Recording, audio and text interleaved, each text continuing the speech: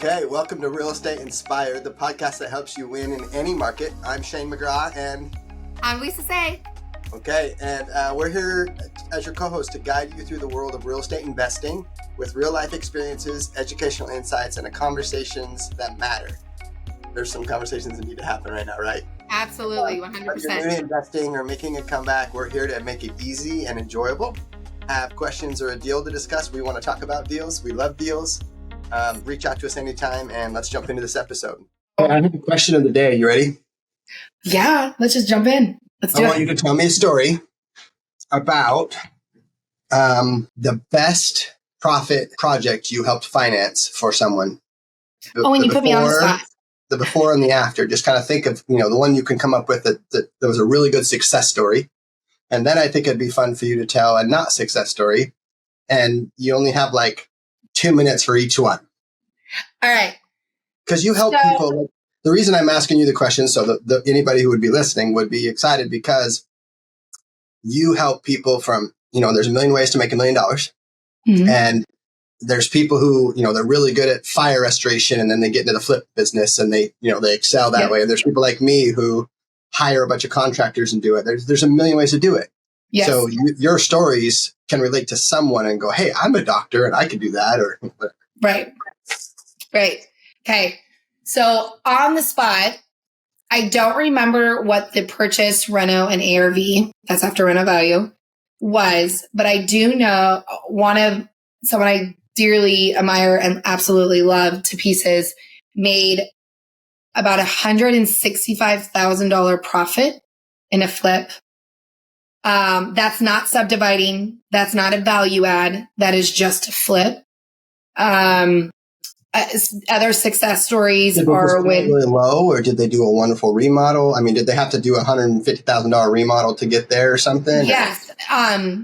So at that time, I'm just, as you can imagine, how many files I do a day. So to remember exactly what those numbers were kind of challenging.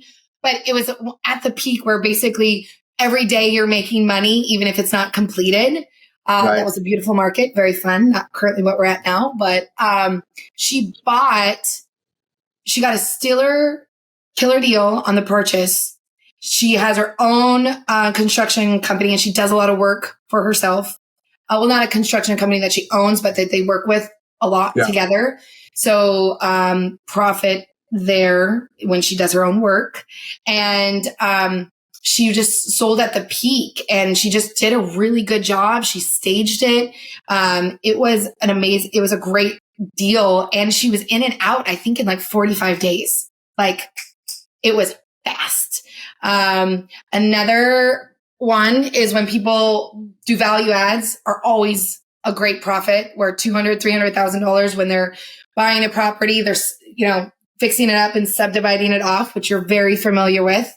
I could tell you, unfortunately, right now, some people are losing because they maybe have bought at the peak.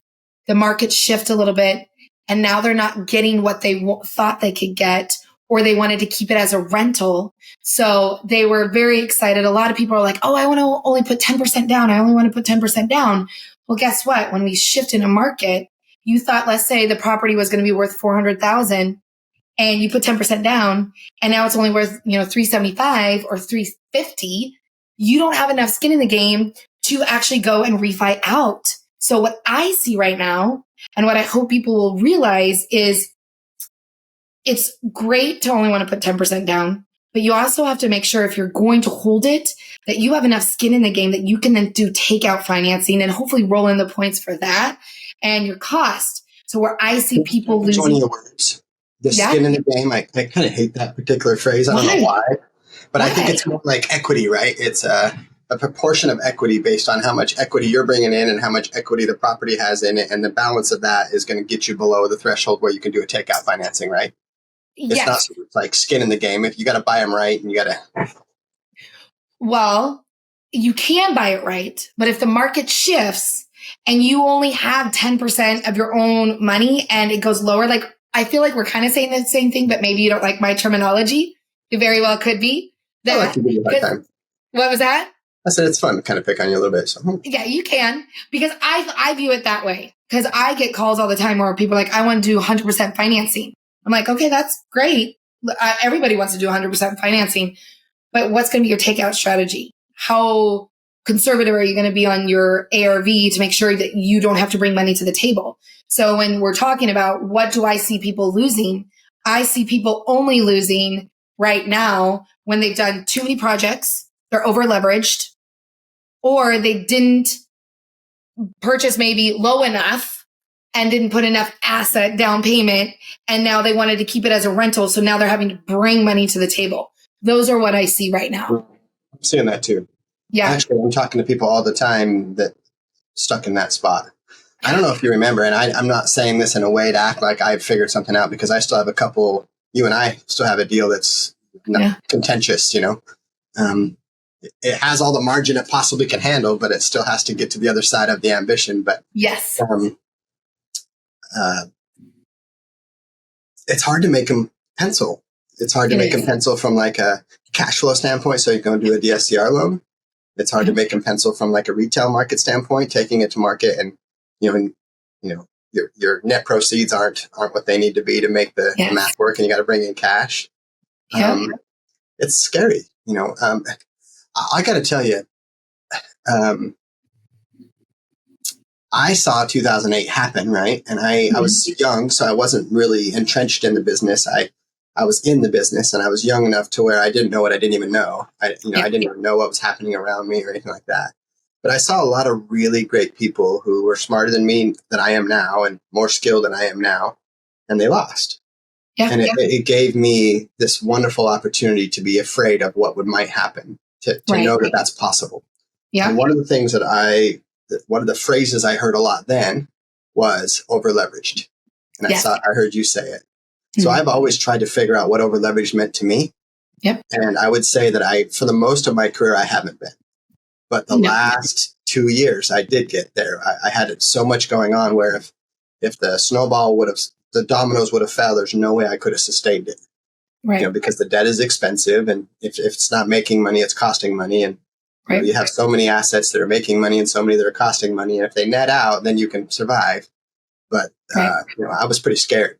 I saw the tea leaves and I thought, man, this looks a lot like I'm experienced. I didn't really know how to react, but I just tried to move towards. My mentor said something to me, and I think that I would say this to other people, is you always got to, the game always works unless you can't sell. That's the hard part, because in real estate, you really realize your profit when you sell. You realize your cash flow when you manage, of course, but when you sell, that's when you get your capital gain. That's when it all comes to pass. And if you can't sell, or you can't sell without bringing money to the table, it's pretty tough. Yeah. And that's one of the reasons why you have to make sure you buy at a good price so you can sell. But if the market has changed where there aren't buyers because how do we buy now? Like, how do we buy a good price now when, I have a client who just got off the phone with me just today, and she's like, she's got $250,000 to invest, and she wants to buy another rental. She's happy to she's got about a $450,000 deal that she's found. It's worth about $510. So she likes the math.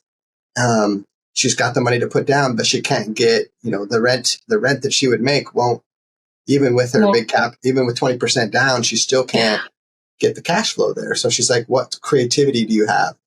And I'm like, seller financing, there's 10 ways to do a thing, but right now I think sellers are still having a hard time saying yes to seller financing to a degree, because they don't know how to say yes to that. It's not mainstream where they hear it. So how do we buy cash flowing real estate right now? I honestly feel like it's area driven.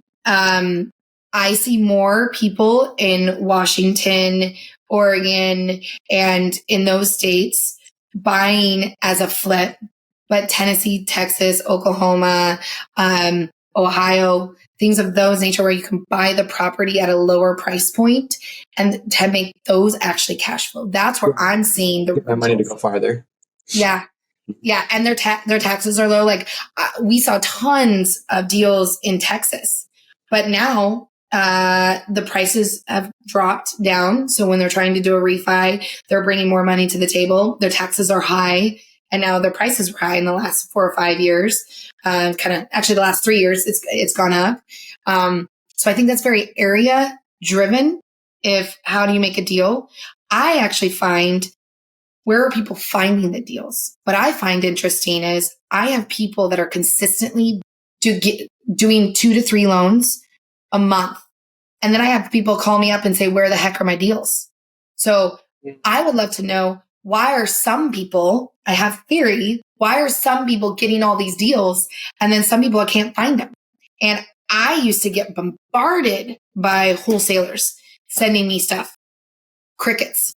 Not anymore, because they could place it right away, or they don't have good deals. So I would love to know, where are you seeing people find deals? Well, full transparency, I'm not participating in a lot of deals right now. Yeah. In my opinion, some of the best activity is non-activity. So learning how to just step back and go. And I've had problems with it. I've had insecurity and I've had anxiety because I feel like if I'm not busy, I must not be good at what I'm doing. Or like I've had a lot of mental battle. You're busy. You're still doing stuff. So give yourself some grace there. Like you're still on projects. Right. So the way I look at it is there's short, medium, and long-term investing, and you need to be participating in all three at all the time. Right. I do flips and wholesales to raise capital, so I can put that capital into medium and long-term investments that I can, come into a cash position where I can say, okay, I just made 200 grand out of this. I'm going to go put it towards this asset that I plan on keeping. My mentor uses the words milking cow and slaughter cow. Have you ever heard of that? No, but I don't like it. I love it. It's such a good one. I don't like it. Someone that doesn't eat cows, do not like that. Oh, sorry. You're one of them vegans. I got some vegan broccoli right here. Broccoli soup. I know. It sounded great. But yeah, he always talks about milking cows and slaughter cows. And he says, and he asked me when I first started teaching me, he was like, so which one are you? Are you the farmer that, kills the cow and eats it? And, it's, you got to get another cow, or are you one that has a cow and you milk it and you milk it from time to time. And I'm like, the obvious answer. He's like, but you can't answer me for 5 days. Ooh. He's one of those guys that tells you stories and makes you think. And you're like, no, I don't want to think. Yes. Just give me the answer. Well, so I thought about it. And my first gut instinct was a milking cow, right? Because then you can milk it day and night. It's a renewable resource. Of course, why would you want that? So I thought about it. And I tried to look at both sides. And, I think I genuinely understood what he was trying to ask, but I needed him to answer it. And he said, well, yes, both. And I was like, well, why? He's like, well, you have to slaughter some cows because that's, there's people who slaughter cows for a living and they're just as successful as the other guy. And there's people who milk cows and they're just as successful as the other guy. It's just a different mindset. It's a different philosophy. Yeah. And his suggestion to me was, slaughter milking cows until you slaughter the cows until you find one that's worth milking and then keep it. And then back and forth. And he said, the market will dictate which one you do. In my opinion, we're in a slaughter market. We're not in a milking market. So what I've been focusing on is value adds. I've been trying to figure out, how do I buy something that comes with a lot? How do I buy something that comes with a basement I can convert that has tall enough ceilings and, it's not wet? How do I get ADU potential? Is there a garage? Is it on public utility? Like I'm looking for the thing that's extra that will turn, help me take the math and turn it into, 2 math equations or 1.5 math equations. And you and I did one. It's probably worth telling. One of my best deals I ever did was the one, remember the 2 manufactured homes we did? Yes. Yeah, so I'll tell that story because I think it's a fun one. Stories are better. You learn from them because it's life experience. Yes. So I'll give the shortest version, but my buddy was a realtor and he had a gal call him and say, hey, I got this property. It's terrible. It's a hoarder house. My father lived there. He's passed. It's been vacant for a couple of years. It has no value. And in fact, I don't want to touch anything. I just want to take my car that's in the parking lot or driveway. And he called me and said, hey, do you want to go see this? So I went and saw it. And, next to the house, there was a house and it was really bad, really bad. The whole back end was deteriorated. And it was just washed out. And then there was kind of like 2 driveways and one went to like this RV. And I was like, man, that's super weird that it's got an RV. And then I looked on the street and I could see the street had every house felt like it had that same kind of framework where it had almost 2 driveways and then some didn't, but they had 2 houses really close to each other. So I didn't know anything about value adds. So I told my realtor friend, hey, for that price, I'll figure it out. So we wrote it up and then I went down to the county because I'd never done it before. And I said, hey, I got this property. I swear there's got to be something to it. So could you look up the area? So she looked it up and she said, oh yeah, it's grandfathered. It was 2 lots. It was 2 lots. And then the owner back in, 1962 combined them because, it was small lots and then people wanted to get the lots next to them and expand for size. But at first they wanted to only develop the smallest lot they could because Washington's really expensive to develop. So anyways, long story short, I filled out a piece of paper, did a lot segregation, and Bob's your uncle, I had 2 lots. Yes. And I was like, whoa, I had to do a utility easement and I had to do some septic work and I had to clean up some stuff. And I mean, it wasn't just a turnkey, but there was roots that kind of had taken it. So I had to pay a decent amount of money to make it all kind of come to pass. But I was able to demolish the 2 units that were there, level the lot, clean it up, and then put 2 manufactured homes, 1 on each side. And essentially the one I sold and broke even, but the second one was pure profit. Yes. And what was cool is I called you, and I don't know if I'm allowed to say this. I don't know if it's what you do, but I said, hey, I own this thing and I basically have all this equity in it. Yep. Can I use my equity as my down payment so that I can, and you guys can fund everything. So I ended up never having to put a penny in it. Yep. That was pretty cool. That was a good one. And at that time, the manufactured homes were taking like 5 months or 4 months to be delivered and set up. Yes. And they were, under $100,000. Now they're like $170,000 and they take a year and a half. So, I mean, I called them the Manny swap and I did 5 of those. So I think my point I'm making is in this market, I think you have to be more creative. I think you have to look for opportunities. And I think that the sellers are coming around to valuing buyers. And I think that will be where the money's at now is having realistic sellers that are willing to, they don't have someone who's willing to write them cash offer the next day and pay them 40% more than you would. And they're going to have to listen a little bit and be more creative if they want to, sell the property because it's hard. The debt's expensive. So the asset has to fit into the debt structure. So I think the value adds are where I'd put my efforts. Yeah. Like the condominiumized thing you brought up last week. I thought that was so cool. And I mean, I really want to learn more. Me too. Have you seen any deals this week that you thought were worth like dissecting and looking at? Mm-hmm. Okay. You want me to try to pull one up or you want me to just tell you the backstory of it? Tell me the backstory. Do like a 1-minute backstory of it. So I have a property I'm looking at right now. It's on the MLS. It's 80,000, which is that doesn't happen, but it's been. Wait, can I stop you right there? Because I think it's very important. So like 2 years ago,